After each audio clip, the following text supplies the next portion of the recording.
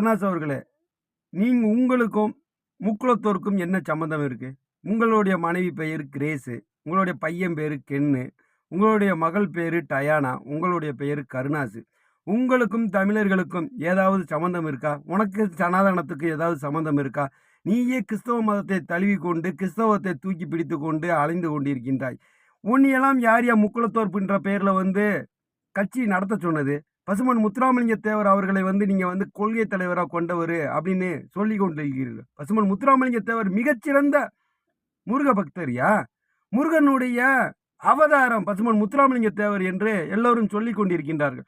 அவருடைய புகழை, அவருடைய கொள்கை தலைவராக கொண்ட நீயே முக்குலத்தூர் பெயர்ல கட்சி நடத்துவதற்கு உனக்கு என்ன அருகதை இருக்கு? என்ன தகுதி இருக்கு?